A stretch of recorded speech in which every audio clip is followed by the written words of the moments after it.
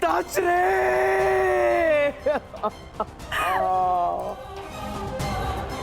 ये भयंकर है संजय, ये महाविनाश का प्रारंभ है संजय। वो वट वृक्ष गिर गया संजय, जिसकी छाया में हस्तिनापुर और मेरे पुत्र सुरक्षित थे। अब कौन करेगा कुरुवंश की रक्षा? कौन करेगा मेरे पुत्रों की रक्षा?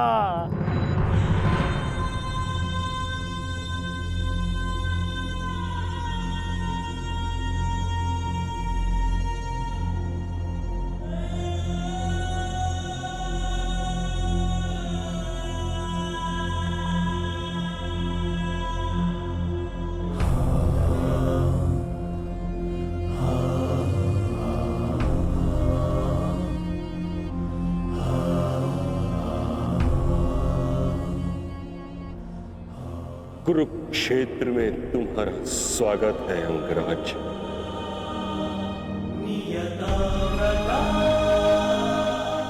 आप जानते थे कि मैं माता कुंती का ज्येष्ठ पुत्र हूं। पितामह, यदि आप जानते थे फिर आपने मुझसे ये बात क्यों छिपाई? क्यों मुझे रणभूमि में नहीं आने दिया? मैं कुंती के ज्येष्ठ पुत्र को अपने ही अनुजों से लड़ते नहीं देख सकता था। मुझे क्षमा कर देना पुत्र। मैंने तुम्हें सदैव दुख के अतिरिक्त कुछ नहीं दिया। ये तुम्हारा युद्ध नहीं, क्योंकि मेरी भांति ना तो तुम वचन से बंधे हो, न ही राज्य से। तुम तो सदा परिवर्तन के लिए लड़े हो कर्ण। जन्म पर कर्म की श्रेष्ठता सिद्ध करने के लिए सदैव संघर्ष किया है तुम। परंतु ये भी सत्य है कि तुम जन्म से क्षत्रिय हो, शूद्र। क्षत्रिय का सबसे बड़ा धर्म युद्ध नहीं, धर्म की सुरक्षा होता है। इस महायुद्ध से विलग रहो पुत्र। मैं वही कर रहा हूं जो परिवर्तन के लिए उचित है। मैंने सदैव अपना कर्तव्य पूर्ण किया है पितामह। अब आप मुझे रणभूमि में जाने से नहीं रोक सकते। आपने जो किया उस पर आपका विश्वास था। मैं जो करूंगा उस पर मेरा विश्वास है, और मेरा विश्वास है कि दुर्योधन युधिष्ठिर से कहीं अधिक सक्षम शासक है।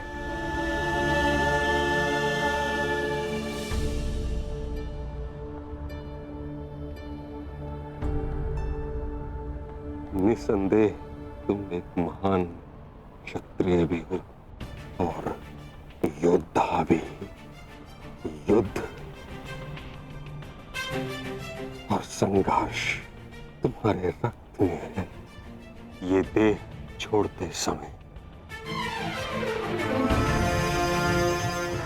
एक बात का खेद रहेगा मुझे कि यदि मैं तुम्हारे बारे में पहले जान जाता तो हस्तिनापुर के सिंहासन पर तुम विराजमान होते पुत्र।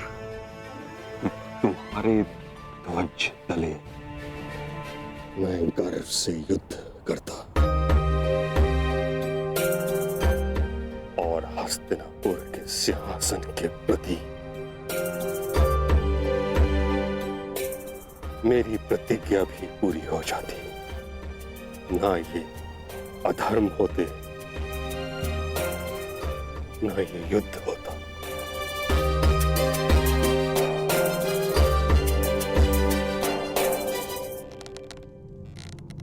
तुम्हारे पुत्र हस्तिनापुर की रक्षा बनेंगे। यही इनका कर्तव्य है और यही नियति है।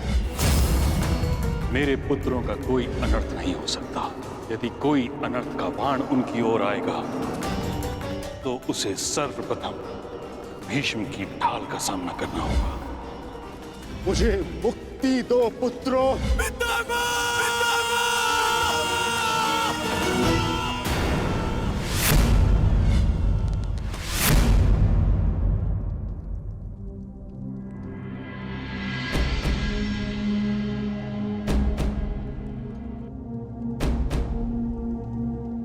पार्थ,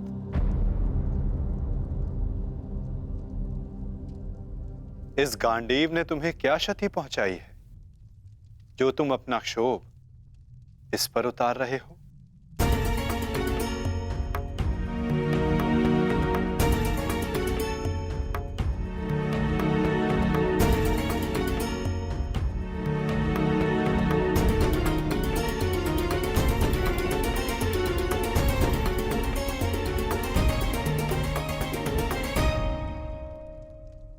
आज तुमने जो किया निस्संदेह बहुत कठिन था पार्थ। बहुत साहस चाहिए अपने श्राद्धेय पर प्रहार करने के लिए, और ऐसा करके मनुष्य का मन टूट जाता है, अशांत हो जाता है।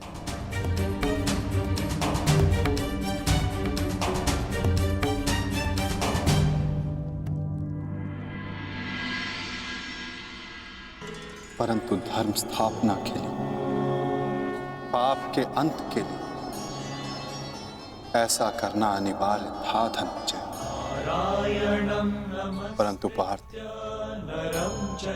अब समय अशांत रहने का नहीं। अपने मन, अपनी शक्तियों को, अपने कौशल को एकाग्र करके केंद्रित करने का है पार्थ। तुम्हारे समक्ष अब तक वास्तविक चुनौती नहीं आई थी,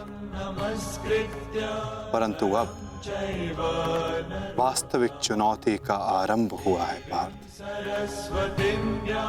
अब तक युद्ध भूमि में जो तुम्हारे समक्ष थे वो केवल तुम्हारे प्रहारों को रोक रहे थे, परंतु अब कल जो युद्ध भूमि में तुम्हारे समक्ष होगा वो अपने सबसे घातक प्रहार तुम पर करेगा पार्थ।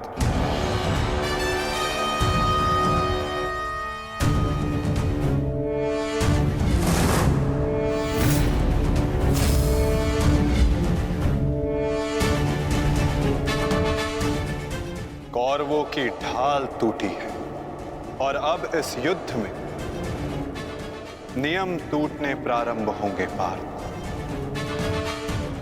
स्वयं को संभालो पार्थ और युद्ध के लिए सज्ज रहो, क्योंकि कल से प्रारंभ होगा वास्तविक महाभारत।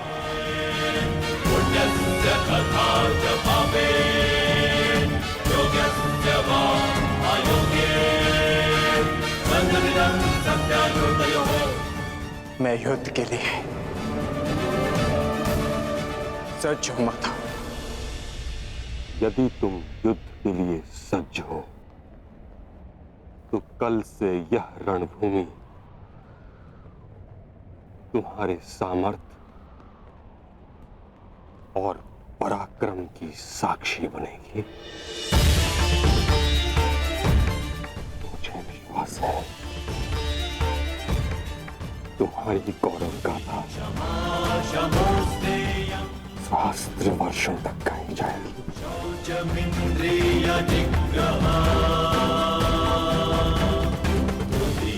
मैं आशा करूंगा कि इस युद्ध के पश्चात मैं गौरवशाली योद्धा कर्ण से भेंट कर सकूं।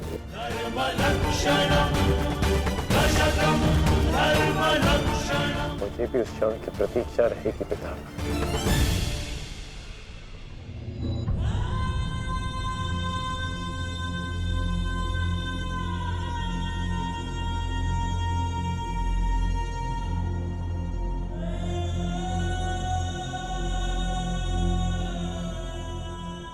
नियति का लिखा मैं नहीं बदल पाया कुंती।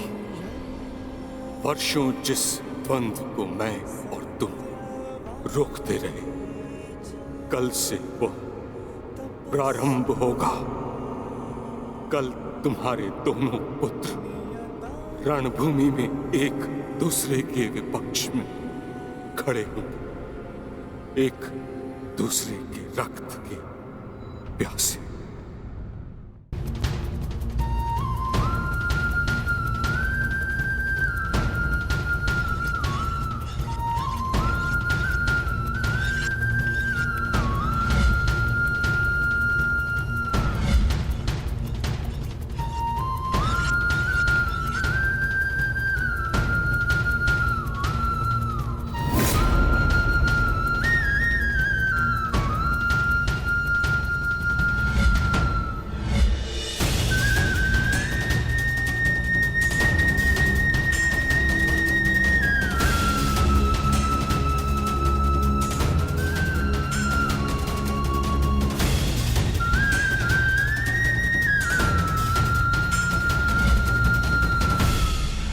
संसार के सर्वश्रेष्ठ धनुर्धर महाबली महामहिम भीष्म बाणों की शैया पर हैं। महाविनाश प्रारंभ हो चुका है और इस महायुद्ध में कोई भी जीवित नहीं बचेगा, ना कोई पिता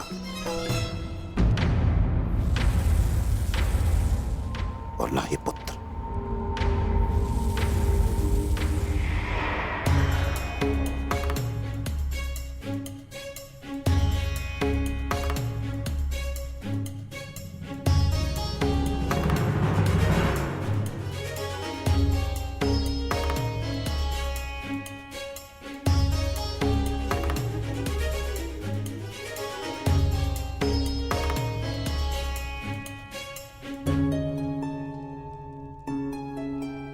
आपका स्वागत है आचार्य द्रोण। हम सब आप ही की प्रतीक्षा कर रहे थे। आइए।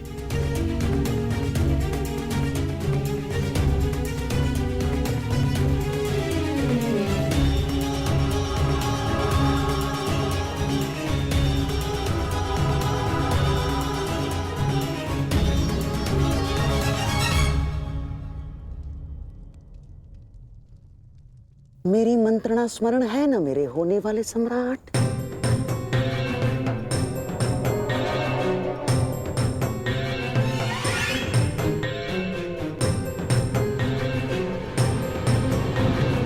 आज का दिन युद्ध भूमि में हमारे लिए दुर्भाग्यपूर्ण था।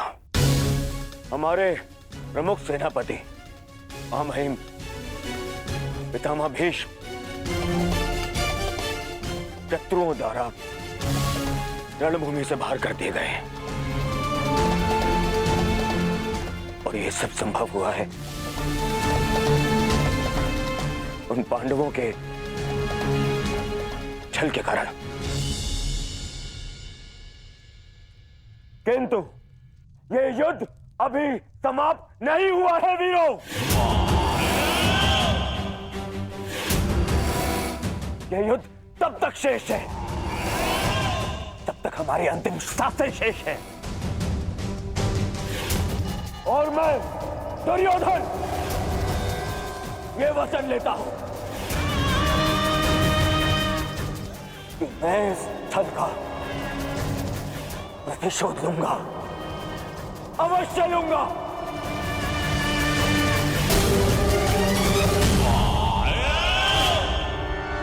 सेना का नेतृत्व करने के लिए एक कुशल सेनापति का होना आवश्यक है और मेरे इस सेना का नेतृत्व कौन करेगा इसका निर्णय मैं ले चुका हूं। हमारी सेना का नेतृत्व करेगा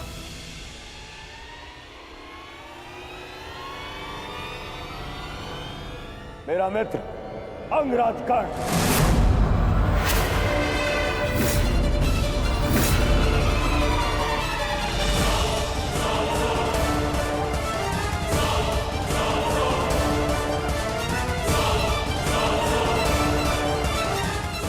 दुर्योधन।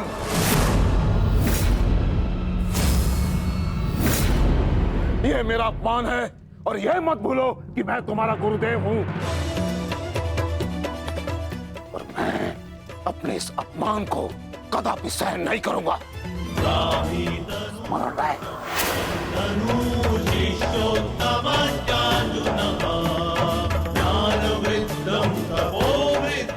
आज हस्तिनापुर का दुर्भाग्य है कि महामहिम बाणों के शैया पर लेटे हैं। बहुत अधिक पीड़ा हो रही है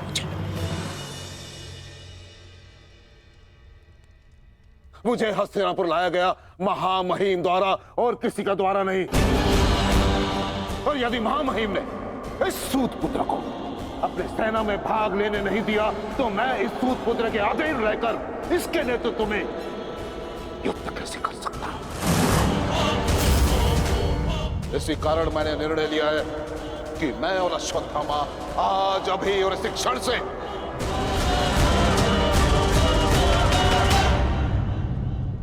कौरवों के पक्ष का त्याग करते हैं। आचार्य,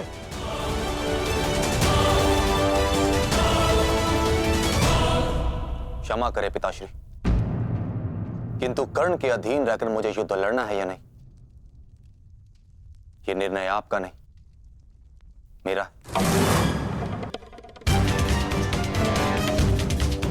आप मेरी ओर से निर्णय नहीं ले सकते। बस, अपने पिता और आचार्य से विवाद करने की अनुमति ना तो धर्म देता है और ना ही तुम्हारे भीतर का योद्धा। और एक योद्धा भी किस पक्ष से युद्ध करेगा, इसका निर्णय ना तो उसके आचार्य लेंगे और ना ही उसके पिताश्री।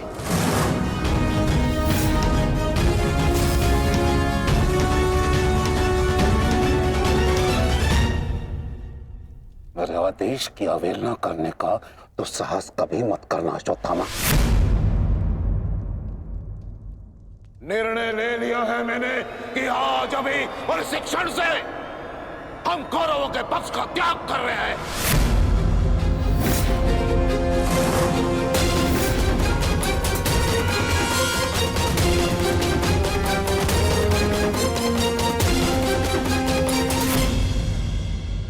ले लिया है मैंने कि आज अभी और इस क्षण से हम कौरवों के पक्ष का त्याग कर रहे हैं।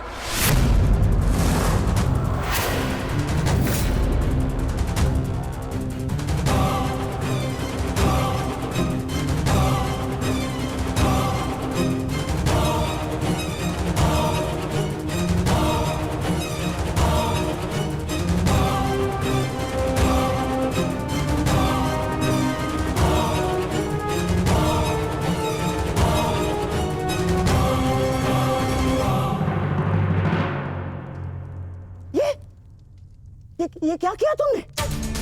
गुरु द्रोण को रोका क्यों नहीं तुमने दुर्योधन? होने वाले सम्राट हो तुम, सम्राट।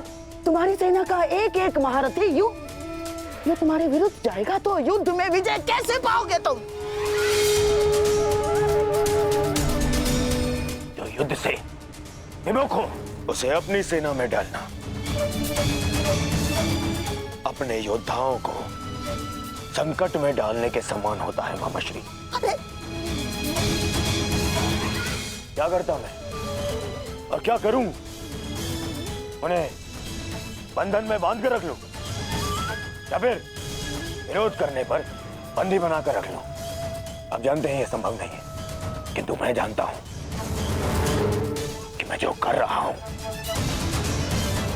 उचित कर रहा हूं। उचित नहीं कर रहे हो तुम। समझने का प्रयास करो दुर्योधन। हमें विजय पाने के लिए गुरु द्रोणाचार्य की आवश्यकता है। मुझे मेरे मित्र के अतिरिक्त और किसी की आवश्यकता नहीं है मामाश्री।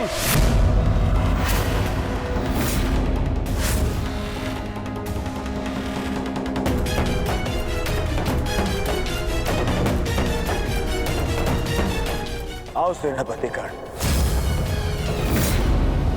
तुम्हारा स्वागत है। बताओ हम सबको कल के लिए हमारी क्या व्यू रचना है?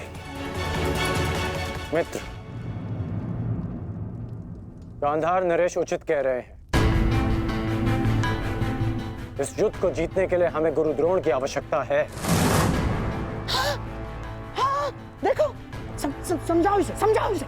युद्ध रचने में उनसे अधिक श्रेष्ठ और कोई नहीं, और पितामह के पश्चात केवल गुरु द्रोण हैं जो सभी पांडवों की दुर्बलता जानते हैं। इसलिए उनका हमारे पक्ष में होना बहुत आवश्यक है मित्र, और मैं तुम्हारी सुरक्षा के लिए सदैव तत्पर रहूंगा मित्र, ये मेरा वचन है। परंतु कर्ण, अब क्या किया जाए? गुरु द्रोण को कैसे मनाया जाएगा युद्ध के लिए?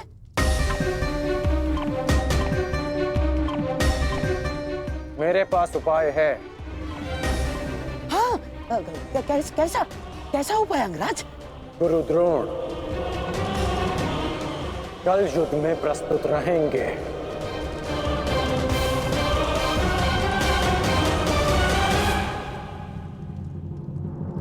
पिताश्री, आप चाहते हैं ना कि मैं युद्ध भूमि में ना जाऊं, तो ठीक है। यदि मैं रणभूमि में नहीं जा सकता तो अभी इसी क्षण पांडवों के शिविर में जाकर सबका वध कर दूंगा, परंतु युवराज दुर्योधन की सहायता जरूर करूंगा, चाहे इसके लिए मुझे अपने प्राण भी क्यों ना गंवाने पड़े। अश्वत्थामा,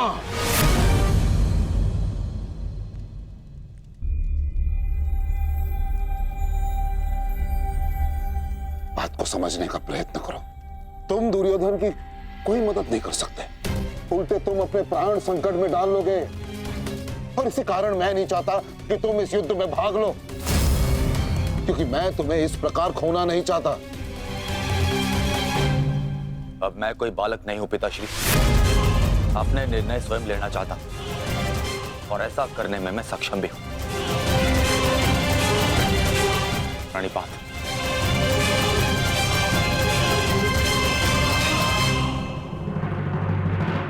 अब तक तो पितामह कौरव की रक्षा करते आए हैं, परंतु अब कौरव की ढाल शेष नहीं।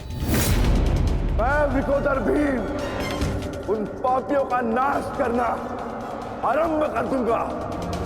कौरव का नाश करने की प्रतिज्ञा पूर्ण करने का अब समय आ गया है। हाँ भ्राताश्री, जिसकी प्रतीक्षा थी वो समय आ गया। सूर्य उदय होते ही हम सभी इस युद्ध की समाप्ति का आरंभ करेंगे।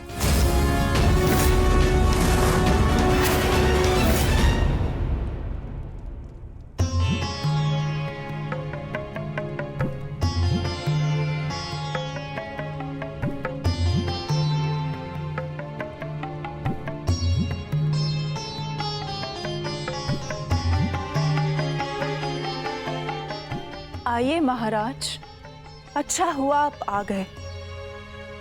मेरा स्वयं ही आपसे बात करने का मन हो रहा था।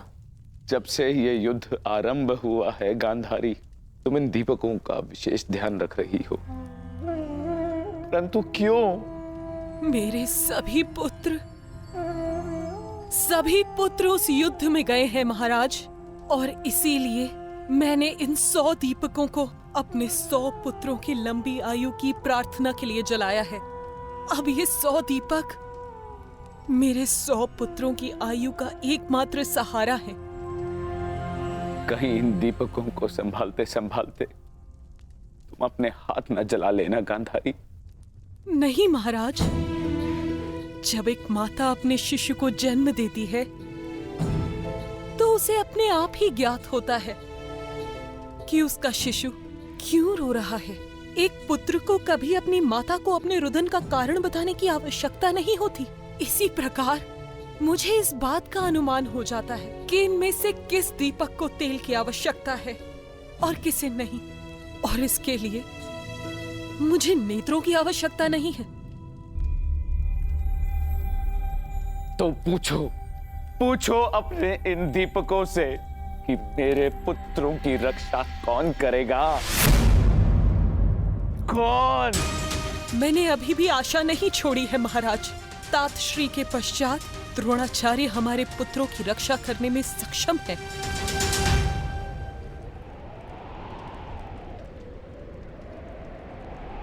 गुरुद्रोण बाहर आइए, शीघ्र बाहर आइए।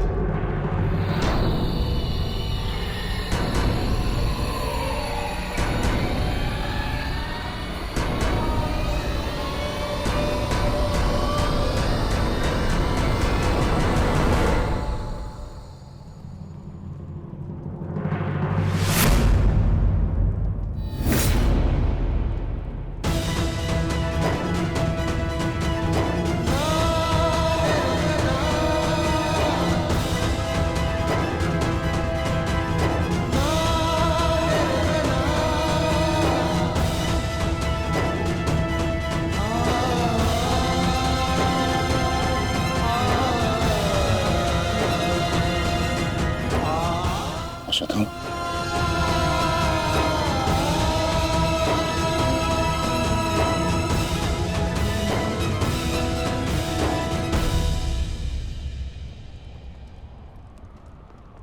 अश्वत्थामा, अश्वत्थामा!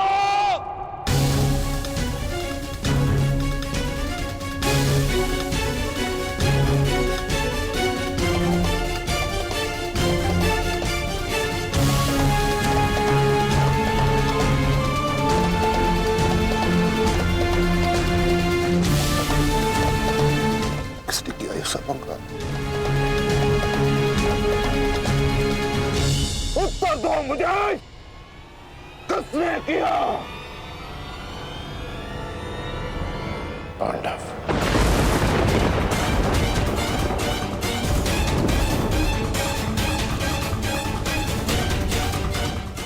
आज उन दुष्टों ने मुझे पुत्रविहीन कर दिया। युद्ध की घोषणा करो, मैं उनके संपूर्ण वंश को एक साथ समाप्त कर दूंगा अंगराज।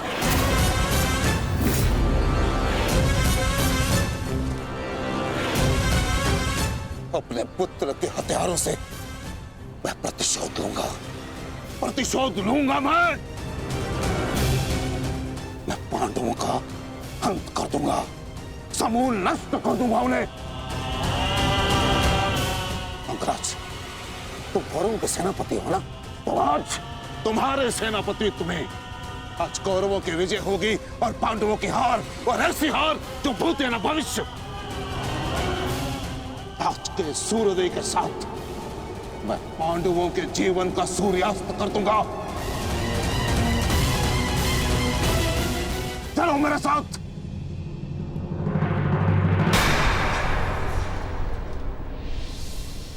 अब किस बात की प्रतीक्षा है अंगराज?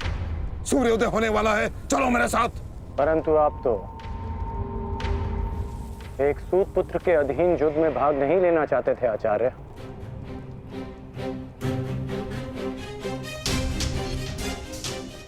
परंतु यह समय स्पष्टीकरण देने का नहीं अंगराज, यह समय है स्पष्ट प्रहार करने का, केवल और केवल आक्रमण करने का। तो यह समय भयभीत होने का भी नहीं है।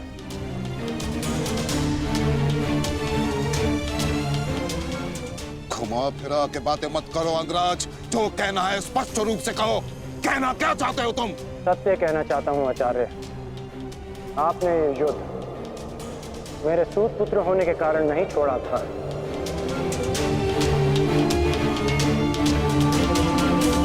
आप इस युद्ध से इसलिए पीछे हटे थे क्योंकि आपको अपने पुत्र अश्वत्थामा की मृत्यु की चिंता थी।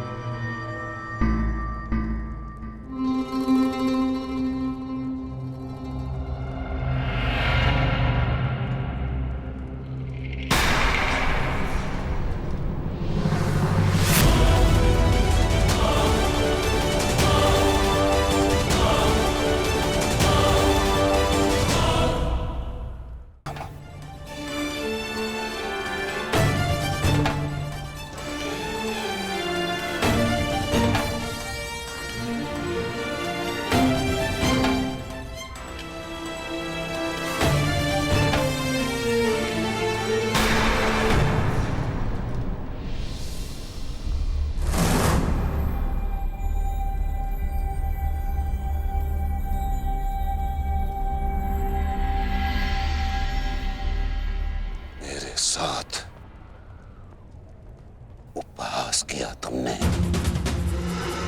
उत्तर दो।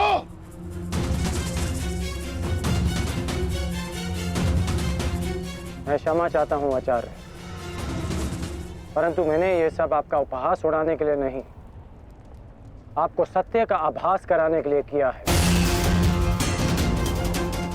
मैं केवल उस योद्धा को चिंता के भंवर से निकालना चाहता था जिसकी इस समय कौरव सेना को सबसे अधिक आवश्यकता है।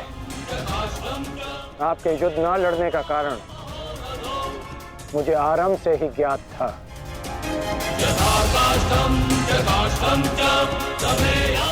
पुत्र खो देने की पीड़ा से मैं भली भांति अवगत हूं, परंतु इसका अर्थ ये नहीं कि एक योद्धा अपना कर्तव्य निभाना भूल जाए।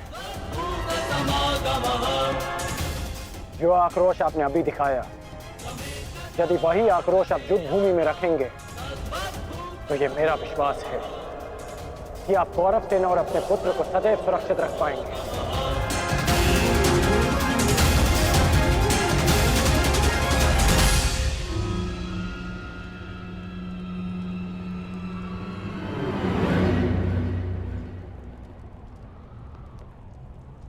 मुझे क्षमा कर दो दुर्योधन, मैं पुत्र मोह और कर्तव्य के मध्य उलझ गया था, बहुत कुछ भूल गया था। क्षमा कर दो मुझे।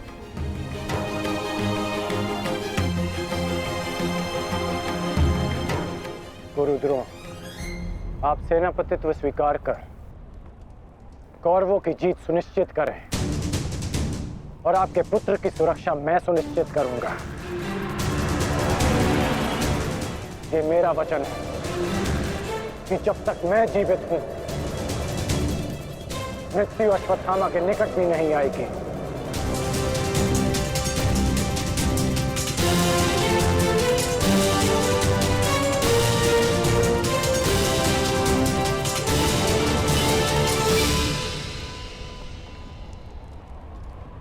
आपको इस प्रकार कष्ट देने के लिए मैं आपसे क्षमा चाहता हूं पिताश्री,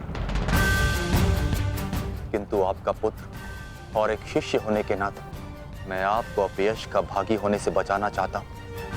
पिताश्री, मैं आपसे एक वचन मांगना चाहता हूं कि जिस क्षण आप रणभूमि में उतरेंगे, उसी क्षण आप अपने हृदय से मेरे प्रति पुत्र मोह को त्याग दें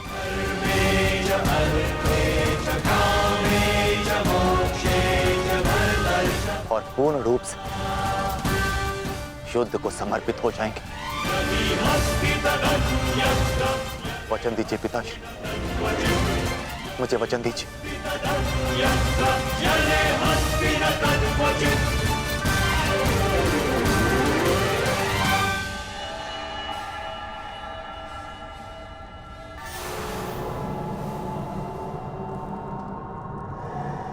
मैं वचन देता हूं,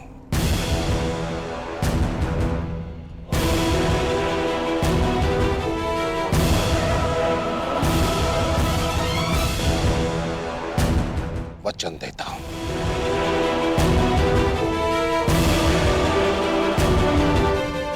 सूर्योदय होने वाला है, आओ युद्ध की तैयारियां करें। मुझे गर्व है कि मैं सेनापति द्रोणाचार्य के ध्वज के नीचे युद्ध करूंगा।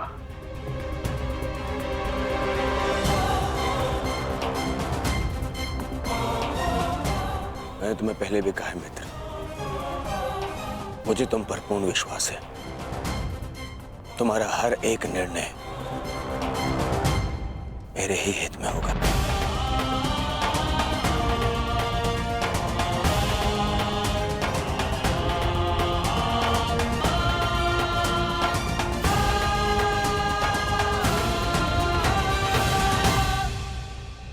अद्भुत अंगराज, अद्भुत! आप तो कुशल नीतिकार निकले। नहीं, मेरा मित्र नीतिकार नहीं है, वो तो एक कुशल संचालक है, एक कुशल सेनापति है। कर्ण, मैं आज बहुत प्रसन्न हूं और गर्व का अनुभव कर रहा हूं कि तुम मेरी ओर से युद्ध लड़ रहे हो।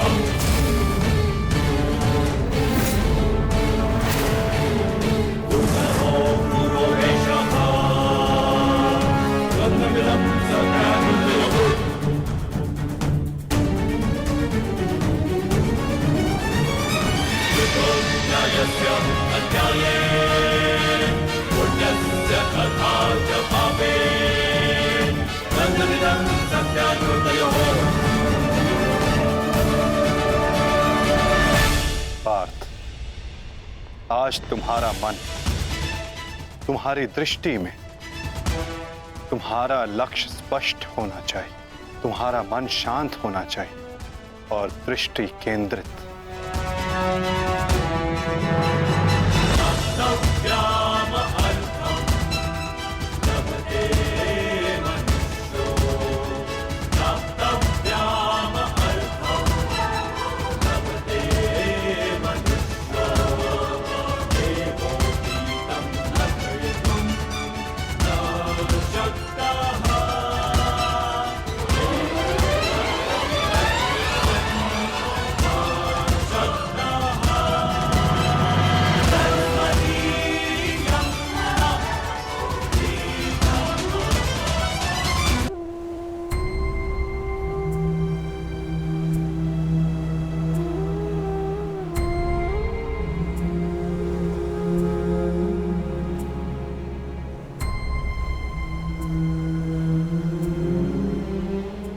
मुझसे कुछ मांगने आई हो सुप्रिया?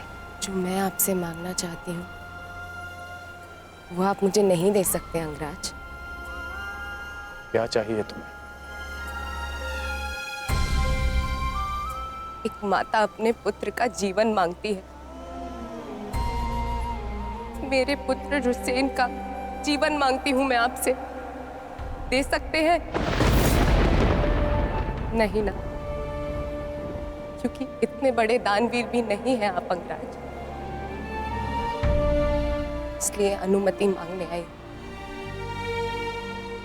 जाने की अनुमति। मुझे समय चाहिए, तब तक जब तक मुझे आपको देखकर मेरे पुत्र की याद आनी बंद हो जाए।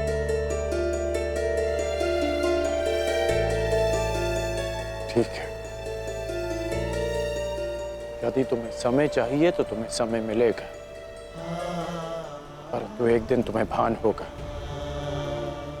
कि यहाँ इस युद्ध में केवल तुम्हें ही सहारे की आवश्यकता नहीं है सुप्रिया। और जब तुम्हें इस बात का स्मरण होगा, आशा करता हूं कि मेरे पास तुम्हें देने के लिए समय हो।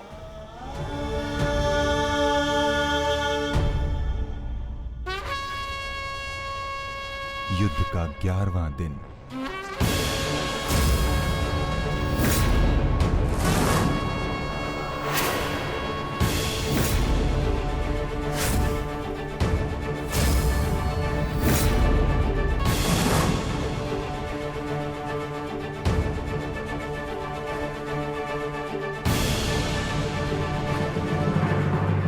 क्या सोच रहे हो भीम? कौरवों की गिनती कर रहा हूं ज्येष्ठ, जिनका मैं आज से अंत करना आरंभ करूंगा।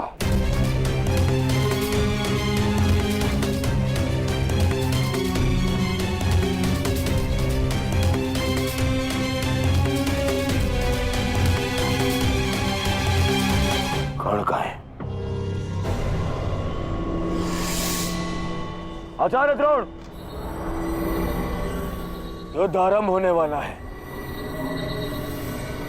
परंतु मित्र कर्ण कहाँ रह गया? कहाँ है वो?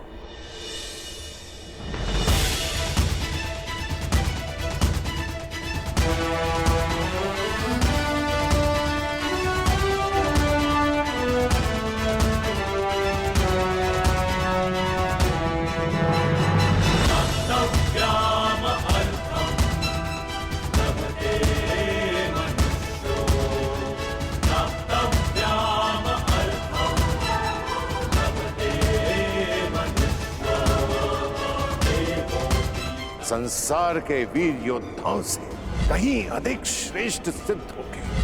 मैं तो चिरंजीवी हूं, तुम मृत्युंजय कर्ण बनोगे, कर्ण बनोगे।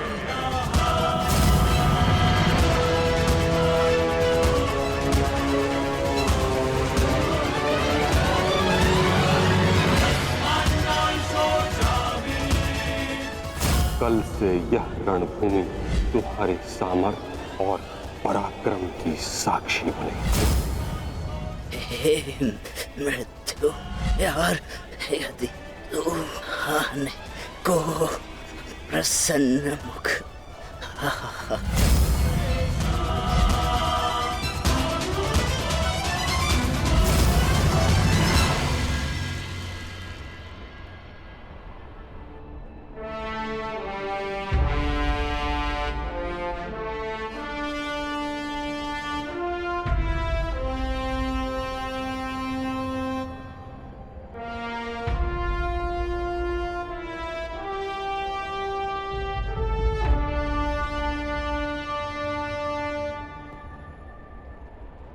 दिव्य दृष्टि से बाण शक्ति से जीते ये सारा रण, शांत चित धरे आत्मबल भरे जीते हर बाधा गढ़, छूट ना पाए लक्ष्य हो चाहे सूक्ष्म सा छुपा होकर, मित्र वेग है सूर्य तेज है कवच चढ़ा इसके तन।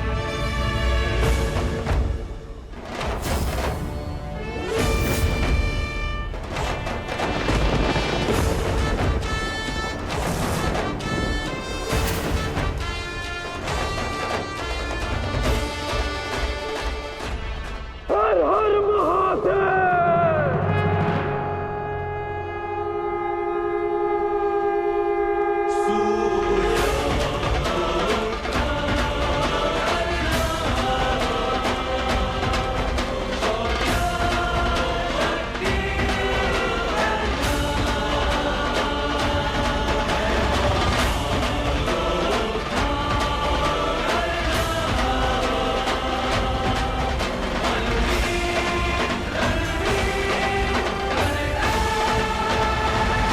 आक्रमण! आक्रमण!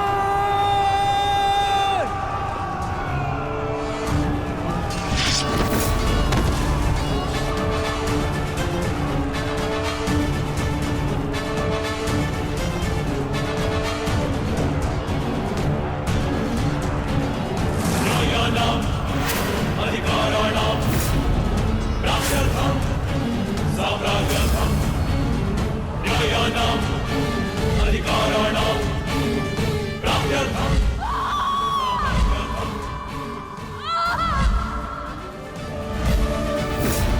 दुर्योधन! मैं तुम्हें आज नहीं छोड़ूंगा। आओ नकुल, व्यू का घेरा मत तोड़ाओ। ठहरो नकुल, ठहरो।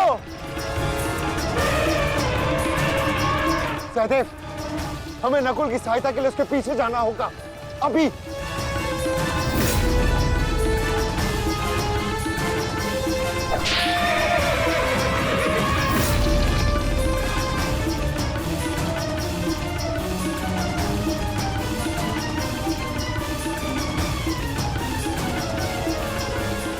दुर्योधन!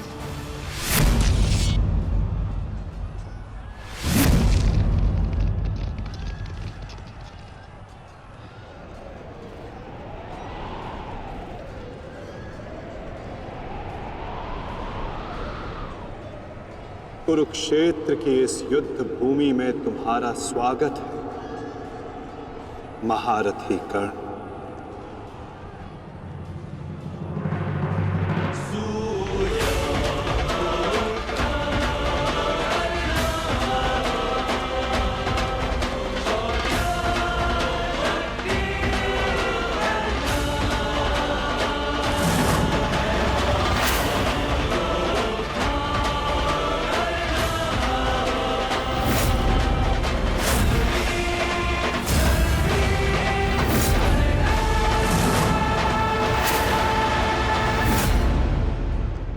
मेरा मित्र आ गया।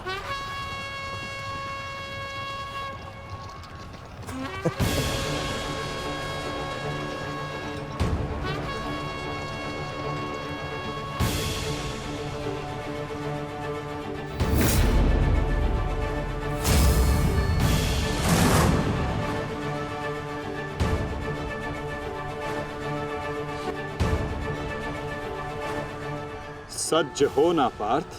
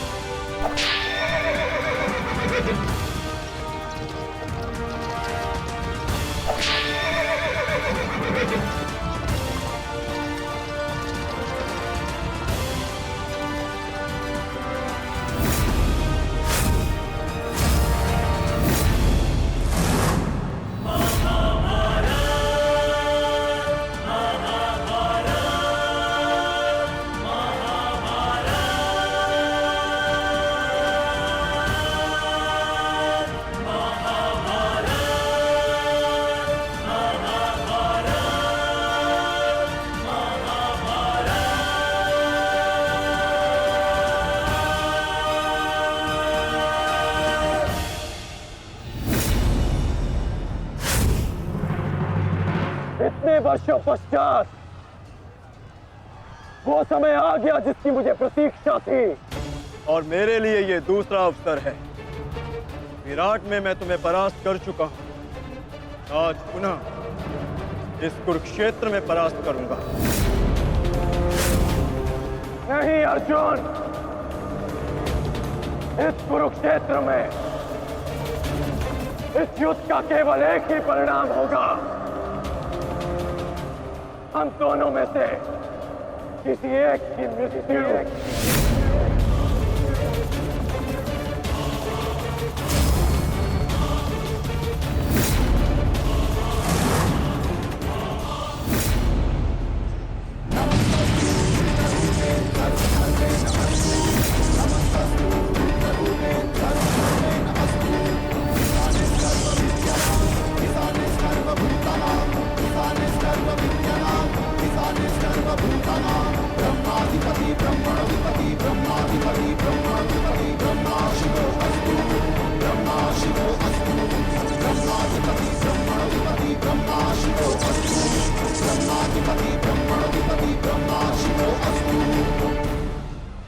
देवराज इंद्र की अमोघ वाष्पी शक्ति।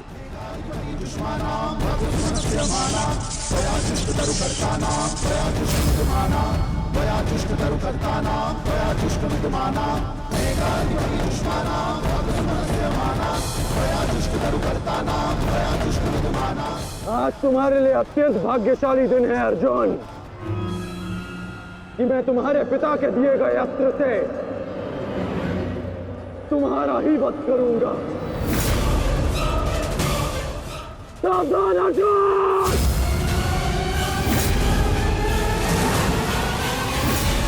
अभी मैं चाहूं तो इसी क्षण तुम्हारा अंत कर सकता हूं, परंतु मैं ऐसा नहीं करूंगा।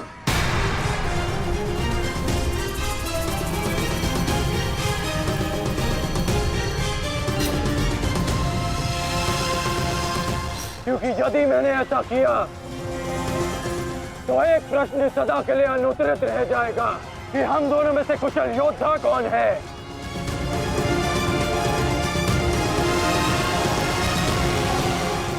किस प्रश्न की बात कर रहे हो अंगराज? यदि मैं इंद्रदेव के दिए गए अस्त्र से अर्जुन का वध कर देता हूं तो सभी ये कहेंगे कि मैं अर्जुन से द्वंद्व करने में भयभीत हो गया, इसलिए मैंने युद्ध के आरंभ में ही इस अस्त्र का प्रयोग किया। अर्जुन, तुम्हें स्मरण है ना कि मैंने तुमसे क्या कहा था कि तुमने मेरे पुत्र को गौरवपूर्ण अंश दिया, तो मैं भी तुम्हें गौरवपूर्ण अंश दूंगा, और उसका आरंभ मैं इसी क्षण करता हूं।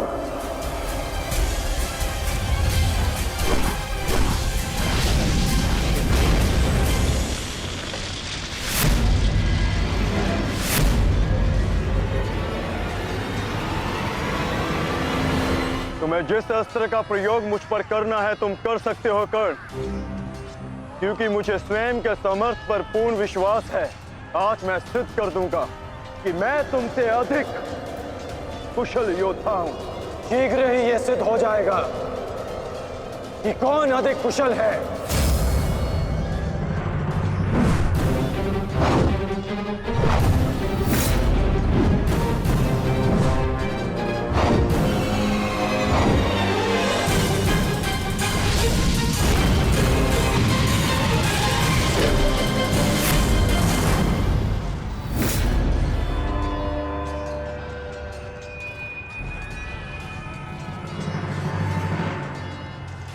सावधान पार्थ, तुम्हारे समक्ष तुम्हारा सबसे कुशल प्रतिद्वंदी खड़ा है।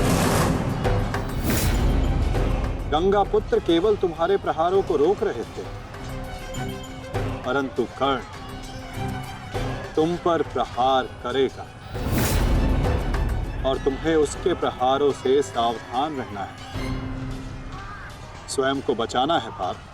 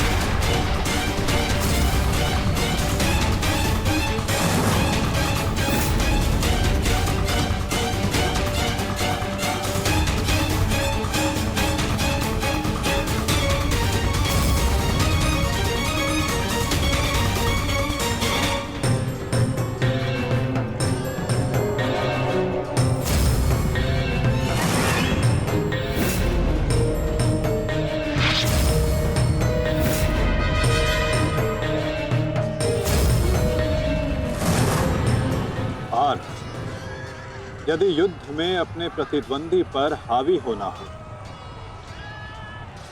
तो अपने क्रोध को स्वयं पर हावी होने मत दो।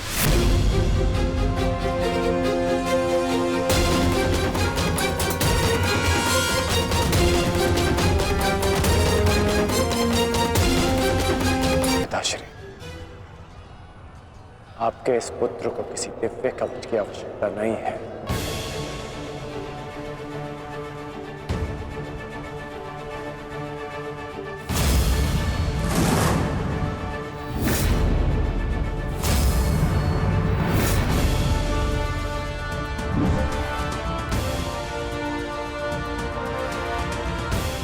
हट जाओ मेरे मार्ग से।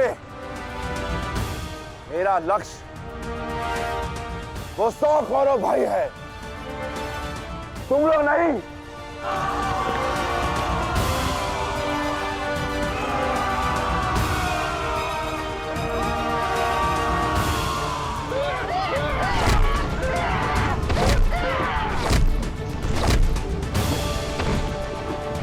दुर्योधन, हमें शीघ्र अतिशीघ्र भीम को खोजना होगा, क्योंकि वो अवश्य तुम्हारे भाइयों का संहार करने का प्रयत्न करेगा। दुर्योधन, ठीक है मामाश्री। वैसे भी भीम को परास्त करके उसके घमंड को तोड़ना मेरे लिए सबसे बड़ी प्रसन्नता की बात होगी। नहीं दुर्योधन, मैं जानता हूं कि तुम पांडवों का अंत करने के लिए व्याकुल हुए जा रहे हो, परंतु इतनी व्याकुलता भी ठीक नहीं है ना? द्रोणाचार्य, अब आप हमारे सेनापति हैं। आप भीम से द्वंद्व करके उसे रोकिए।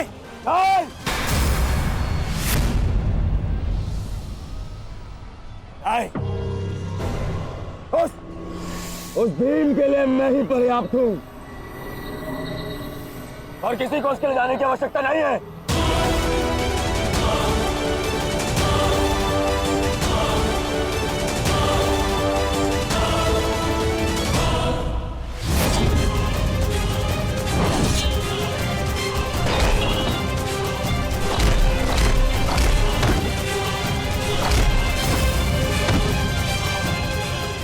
इतना निर्बल भी नहीं हूँ कि तू मेरा एक ही प्रहार में अंत कर सके। तुम्हें ऐसा लगता है कि मैं तुमसे अधिक शक्तिशाली हूँ, तो जाओ, जाकर अपने भाइयों को अपने मृत्यु के लिए आमंत्रित करो। जाओ।